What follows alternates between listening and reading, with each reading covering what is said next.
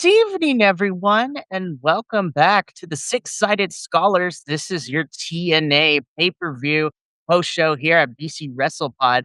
And it's been quite some time since the Six Sided Scholars have been on camera. But my name is Mikey El Jefe of BC Wrestle Pod, and I am here tonight to do a quick recap, post show, whatever you want to call it, for TNA Slammiversary. Yes, the date on the slide is correct. The pay-per-view happened Sunday, June 28th, so that was about a week and some change ago. The reason that it was, as I've said on previous shows this week, I have been on a bit of a vacation. I was in Salt Lake City, and now I am back.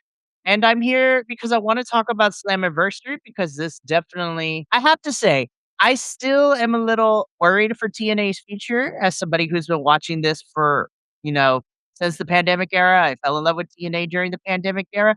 But I have to say, this was a really solid show. And the last 2 weeks have been very interesting in terms of moving forward. I'm going to talk about all the stuff that has happened, with certain people gone from the company and stuff like that.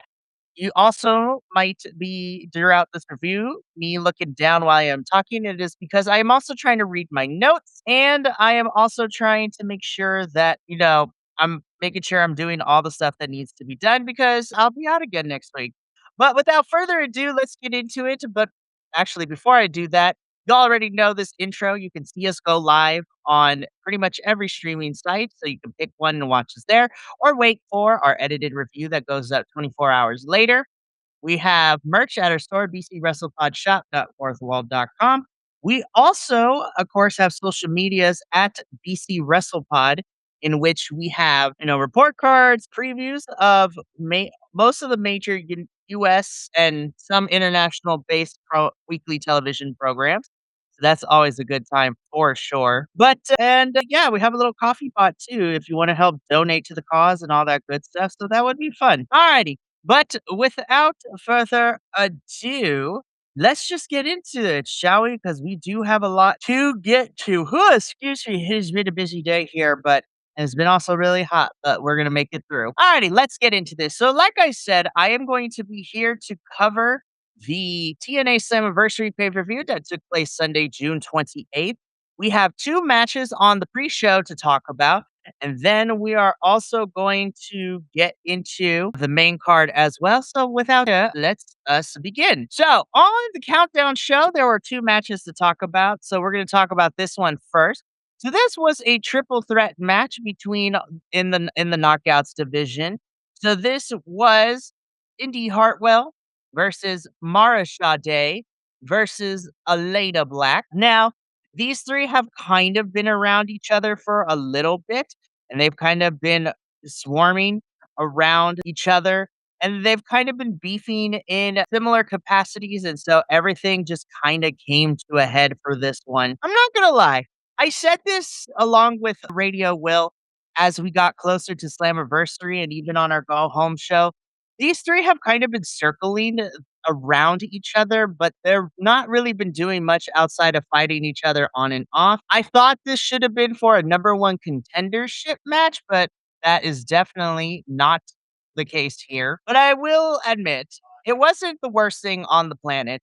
I also didn't think it was really good. I feel like the pace was a little off for this match, which was kind of disappointing, given the fact that I know these three can go. I will say, though, the one big positive for me here in this one is Mara Sade. I think that she is somebody who is pretty good in the ring. She's gotten a lot better. She's learning. And I think she just has a star quality and a star presence with her for this one. I really do enjoy her. I love Indy. I think Elena is great. My biggest issue is that I'm hoping that the knockouts will get more featured on television and we'll get to do all that fun stuff. Again, the match itself was nothing to write home about. This was a pretty okay, decent match. After a bit of some back and forth, of course, it would be Elena Black who would end up picking the victory here. I'm really hoping that we start to see Elena in the knockouts title picture scene because like she did get a shot at Sacrifice back in March, but we haven't really seen her do too much of anything. So I'm really hoping that she gets a shot. I would like to see Mara Sade get a shot. I just don't know what the plan is for any of these three. Like, they're not going after the Knockouts title. Well, who knows? That might change. But they're all involved in some capacity with the announcement that happened after this match, because after this match, we get the announcement that TNA is introducing a Knockouts television championship, which the rule and the whole entire premise of this championship is that this championship would be defended on TNA television, which means, at least from my understanding of the rules that have been set in place, that this new championship is not going to be on pay-per-views, but just for television, which is cool and everything. And I love that. But I'm a little hesitant because of the fact that we talked about this before, that I feel that the Knockouts division isn't brooked being booked properly, and having another title just to have another title for me doesn't necessarily bode all the confidence in me for the Knockouts being booked better. But hey, I do appreciate that we are going to get everyone involved in the Knockouts division, as well as a couple people from the independent scene, which I will talk about after we talk about Slammiversary. But Elena Black picks it up. We get the announcement of the Knockouts Television Championship, and we have a tournament that is going to go into all of this. So this should be interesting and should be fun to say. But the other match that we have on the countdown is this one. This is kind of a grudge match, if you will. These two have been kind of going back and forth a little bit over the last 2 months. We have Eric Young taking on TNA's newest signee, Mr. Bang Bang Sosa himself, Mr. Ricky Sosa. I will say this actually was a pretty good match. I'm going to give this match a lot of credit. I know I have kind of talked about how Eric Young's place on the TNA roster has been very weird, and he hasn't really been doing much of anything since the beginning of this year. And this whole entire feud has been Eric Young, Ricky Sosa not being respectful of the old guard here in TNA, and Eric Young feels like he has to, teach him a lesson. However, Ricky Sosa in this match would be the one to kind of turn it around. Eric Young did get some good offense into this match, but Ricky Sosa would fire back. And ultimately, it would be Ricky Sosa who picked up the victory here. I think this is a good place to kind of talk about what has been going on. So, you know what? We'll just talk about it here, right? So, Eric Young had this match against Ricky Sosa. And then we would learn last week that Eric Young was requested and granted his release from his contract at TNA. So Eric Young is no longer a part of the TNA roster. He is gone. He is not part of the TNA roster or anything like that. And honestly, to me, I'm kind of a little bit surprised. I know he wasn't really doing much in TNA since the beginning of this year, but I am really surprised to see Eric Young gone. I thought Eric Young would be one of those people that kind of sticks it out for the long haul in TNA, but he is done. He has wrapped it up with TNA. He's been granted his release. And according to reports, he is looking to head on over to WWE and NXT to kind of be a player slash coach over there, which is crazy to me. And again, I know that Eric Young hasn't been doing much of anything in TNA as of late, but it is still kind of a shock that, you have a good veteran in Eric Young kind of leaving TNA to go to greener pastures for all intents and purposes. And I wish nothing but the best for Eric Young, but it's also not really helping TNA's case with everything that has been going on, since they're losing talent left and right since November of last year. So it's really unfortunate. So, but Ricky Sosa wins. It seems that Ricky and Leon Slater will be teaming up together, which is cool, and I actually like that. But hopefully Eric Young will find success out, not that he's not part of TNA anymore. And I wish nothing but the best for him. And yeah, I want him to find success. So, anywho, now that we've got the countdown out of the way, let's get into the main card. So we kick things off with our Ultimate X match for the X Division Championship. So we have Cedric Alexander technically defending this title against Fabian Eichner, Mr. Elegance, Amazing Red, Leon Slater, who we were told that Ultimate X is his contractual rematch for the X Division Championship. Casey Navarro and Frankie Kazarian. This match was really fun. I really enjoyed it. Everybody got their spots in. This had a good mix of high-paced action, comedy spots, and death-defying stunts, which I love. The only big issue that I had with this is I felt that this match really didn't get into 2nd or 3rd gear. Like, everything was going, and I wish we got more time with this match because I felt that if they were given at least, like, maybe 5 or 7 extra more minutes, we could have really fleshed everything out.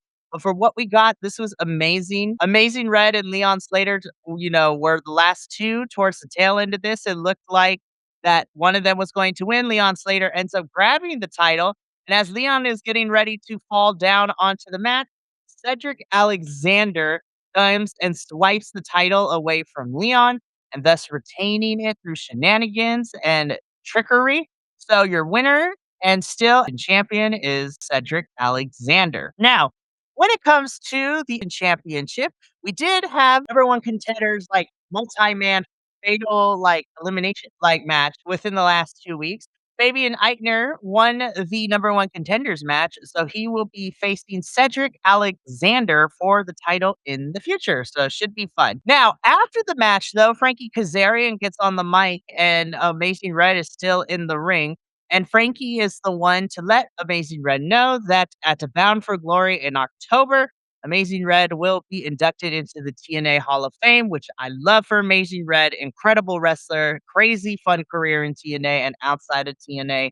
And I'm really happy to see Red get his flowers and recognition for what he's done in the business. He is fantastic. But yeah, Ultimate X I thought was a really fun way to open the main card. And again, the only real critique I have is I wish it got more time, but this was a fantastic opener for sure. We move on to our next match for Slammiversary, which is this match, AJ Francis versus Elijah. The story going into this match is that Elijah is looking to get Elijah to get all his music and catalog and likeness back from AJ Francis and his lawyers. Surprised that there was no like stipulation, like no DQ, not like a crazy match. There was just a regular match. I thought this match was pretty decent. Again, there was nothing too crazy about it, but I don't think it was bad. This was your big man on meaty man match because Elijah's a big boy. AJ Francis is a big boy, and I actually thought they had pretty good chemistry together in this one. Of course, AJ Francis would have his valet consequences out there causing him some distraction throughout the match, but ultimately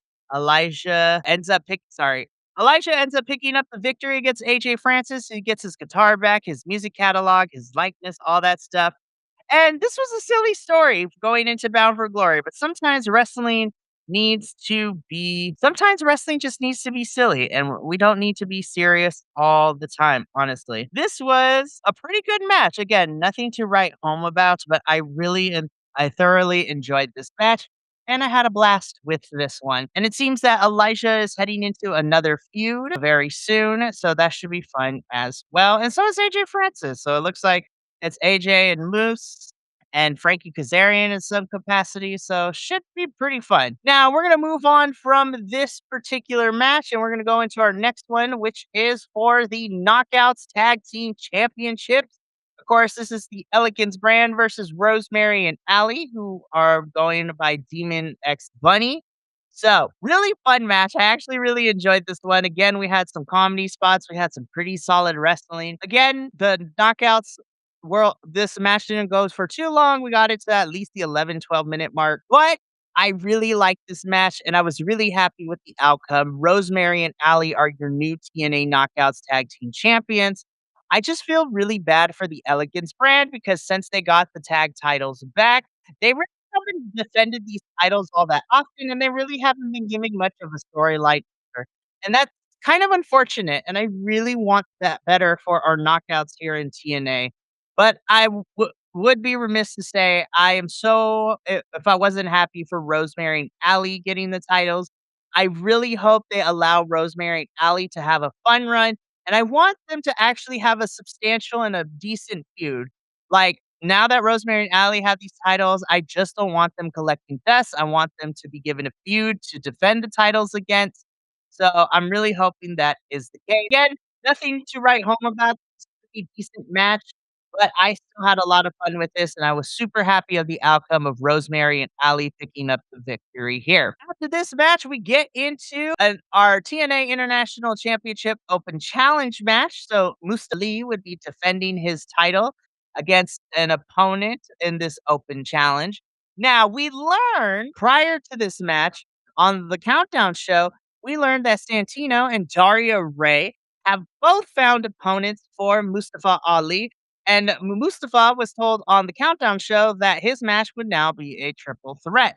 So, in the open challenge, Daria Ray selected Rich Homie Swan to be the opponent. And Santino's pick was Mr. Woo-Wah Nation, formerly known as Apollo Crews in WWE. I thought this match was pretty fun. Again, another solid match, nothing to go too crazy about, but I think that Mustafa Ali does really well against any type of opponent. Rich Swan is very underrated, and I feel like we all need to talk about it more. And Yuwa Nation was pretty good. I really wish that they let Yuwa do more in WWE, but again, he's no longer with the company. He's out here doing stuff. So I wouldn't mind seeing Yuwa kind of stick around a little bit for TNA. No word on him signing or anything, but I enjoyed this match. Mustafa Ali would retain the international championship. And this was a pretty decent match. I really like this one. Moving on from this match, we go into our no surrender match. This is the grudge match. This is the final match between Eddie Edwards and Moose. So Moose has been long feuding with the system and now it's kind of come into this final form of no surrender. So if you are unfamiliar with the no surrender match in TNA, essentially this is an anything goes, no disqualification match. And the only way to win is that the valet or the partner of your opponent must throw in the towel. So to win, your opponent's side must throw in the towel in order to be declared the victor. So that means you win this match by any means necessary. And this match was a convoluted mess, but like in the best way possible because we had chains, tables, kendo sticks. Moose's son and wife got involved in the match, like they were getting attacked, and they were also attacking Eddie Edwards and Alicia Edwards. This was crazy match. Now, as Moose was preparing to do a spear or Eddie Edwards into the table, Alicia gets in and throws the towel, so Moose is declared the victor. However, Moose still spears Eddie and Alicia Edwards through the table as like the final statement. I thought this was a fun gimmicky match. Again, nothing too serious about it. This was actually pretty fun to watch and really solid wrestling. And I believe I could officially say after watching the last 2 weeks of TNA that we are officially done with Moose taking on the system. We are done with that feud. We have put it to bed now, hopefully, and Moose is now moving on to other things. So, really, really fun match. I didn't hate it, and I thought it was pretty solid. Now, this match, it was actually probably my favorite match of the night. This is for the TNA Knockouts World Championship. This is Laying Lee versus Zaya Brookside. Two best friends turned bitter rivals in enemies in this one. So this match is actually really good. Only I think, and I'd say that because Zaya Brookside really came up. She showed up and she showed out. I think this was a really good performance from Zaya, and I think that she really has come into her own as a heel. Laying Lee is also fantastic. So honestly, I really dug this match. This is super solid, really good stuff. They really took each other to the limit for this one. And this is and I miss this ferocity from the knockouts division. And I've been saying this for the longest time.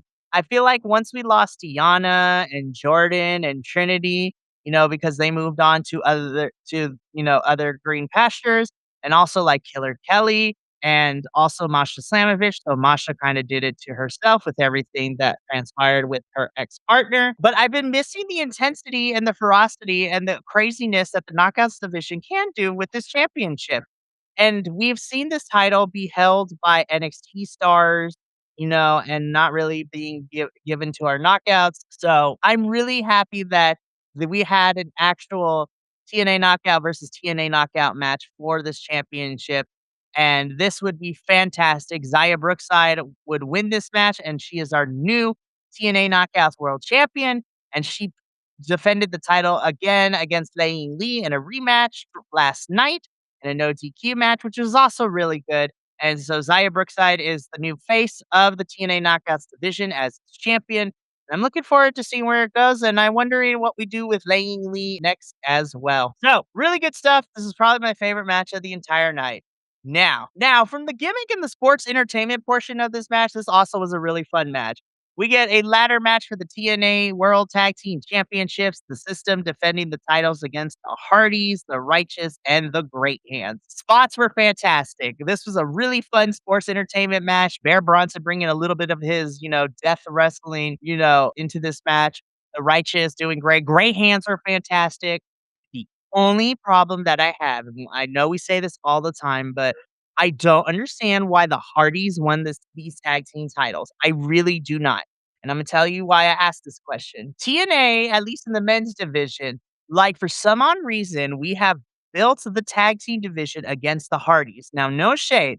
The Hardys are legends in wrestling, especially in tag team wrestling. And I'm just sitting here and I understand that. But why is it that TNA cannot build their tag team division around other teams to be champion except for the Hardys? Like the system, Bear and Brian Myers have not they only defended their titles once since they won them. And the fact that the Hardys have them again is just a slap in the face. And it really frustrates me because the Hardys should not have to be tag team champions. You have the Righteous, the Great Hands, the system.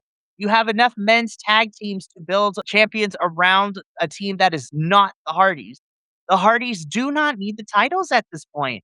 And I understand they bring the nostalgia and they bring the fans, but at this point they have nothing else to prove. They're going to go down as legends. It's time to establish new tag teams, TNA.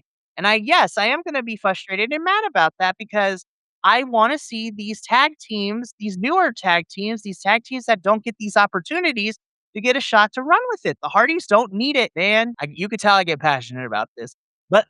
But I just want the tag team division to not be built around the Hardys. I don't get it. I really don't. I know that TNA is probably relying again on the nostalgia factor of the Hardys, but they do not need the championships because the Hardys should be putting over other teams, but they're not, and it frustrates me. Anyways, but outside of that, I thought everybody in this match, including the Hardys, they played their parts very well. They all took bumps. This was really fun. I'm just really disappointed that the Hardys are champions again because they don't need the titles. And it sucks to say that. And I know people are going to come after me, but it's time to start building up this division that don't require the Hardys, man. Anyways, we're going to move on because I could be here forever. So we get into our main event of Slammiversary, which is for the TNA World Championship. This is Mike Santana defending his title against Nick Nemeth. He's cashing in his Call Your Shot Gauntlet trophy to get this match. And the writing has been on the wall going into here. There was a small part of me that hoped that Mike would retain, but Nick Nemeth, spoiler alert, is your new TNA World Champion. Now, I will say that I really did like this match. I thought it was a pretty solid bout between the two.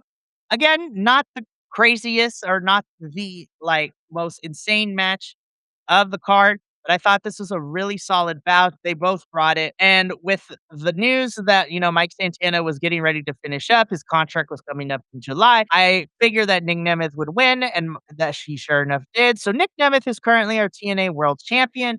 It seems that he and Casey Navarro are kind of going at it, which is fun. Mike Santana has reportedly finished up with TNA. He also teased to something that on Wednesday, July 19th, he was going to do something. So I don't know what that entails. But according to reports, some people are speculating Mike Santana is going to go to WWE, which would be fun. A lot of people said he would go to AEW, and I'm just sitting here. I'm like, no, I don't think Mike Santana gonna go back to AEW because he came from there. But wherever Mike Santana goes, I'm excited, and I'm gonna support him because he is my Puerto Rican champion forever, and I love him. Nick Nemeth should be interesting as world champion, and we'll see who ends up being the one to dethrone him if at all this year. But that's it for Slammiversary. And again, I kind of want to briefly finish up by talking about everything else that has been going on in TNA. Like I said, Eric Young and Mike Santana are finished up with TNA. They are no longer part of the company. Eric Young is reportedly heading to be a coach slash player over at WWE and NXT.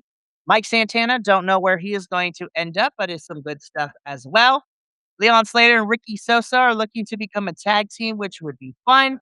Casey Navarro and Nick Nemeth are fighting. Moose and Frankie Kazarian and AJ Francis are involved in some stuff. And then, of course, all the knockouts that are not Zaya Brookside or Demon X Bunny are participating to become the inaugural TNA Knockouts Television Champion. So we've seen some really fun matches. Of course, I really like seeing Miss Gabby Forza on my TV screen last night. And it was really nice to see Jody Threat back on my TV too. I've missed Jody Threat on my television. So I'm really happy of Jody's journey. If you have not been following her on social media, she's in the process of freezing her eggs in order to have children down the line, which we support. And that is something that she wants to do. Again, like I said, it was really fun to see Mrs. Bear Bronson, Gabby Forza, participate. I would really love to see Gabby get signed, but I know that she's only been wrestling for 3 years. But Nomi, we love you, Nomi. I love you, Nomi. But Miss Nomi Gabby Forza, it was so fun to see you. And you know what? As problematic as TNA is being with and how crazy everything's been going on, I still want to root for this company, man. I really do love TNA. And I want to shed light on the positives. I'm really hoping that they can get it together and they can finish out the year strong and hopefully, knock on wood, we don't lose anybody else. Nothing crazier happens. I'm just really hoping that we get everything together. So, yeah, that is it for my TNA Slammiversary post show. A little bit, of course, a little bit on the short side, but I appreciate everyone for being here for this one. And I just want to thank everyone for being, following TNA. We've had a lot of changes to our panel and we've been, experiencing changes with TNA, but I appreciate you all. And that's actually going to be it for this week. We are officially done and we had a really fun week this week. You know, we did Eve 151 on Monday, Forbidden Door on Tuesday, Great American Bash, and CMLL on Wednesday. And we're wrapping things up with Slammiversary here. So next week we will be going dark again. I am trading in my vacation dues for a megaphone because I will be gone all next week. But instead of being on vacation, I will be playing recreations director and leading the charge with another person for camp activities at the campground that I'm going to be staying at all next week. So, but I will be home in time next Friday for a TNA post show. So we're going to go back to our regular scheduled programming. And just to give you a heads up, we have the only show we got going on next week is next Friday, which is our TNA post show. And then I will be doing a live watch along for Saturday night's main event for WW. And hopefully I'll have some friends join me, which should be fun. But yeah, thank you so much for being here. And from all of us here at Six Sided Scholars, remember, take care of yourself, love one another, stay iconic, and more importantly than anything, you always deserve to finish your story. We'll catch you next Friday for our TNA post show. But until then, adios. And until next time, peace and love, y'all. Thank you so much for tuning in to another Vibe Tribe production. What's gonna happen next time? Well, you're gonna have to tune in to find out. But until then, remember, take care of yourself, love one another, and as always, make sure that you keep the good times rolling. Thank you for being here, and we'll see you next time.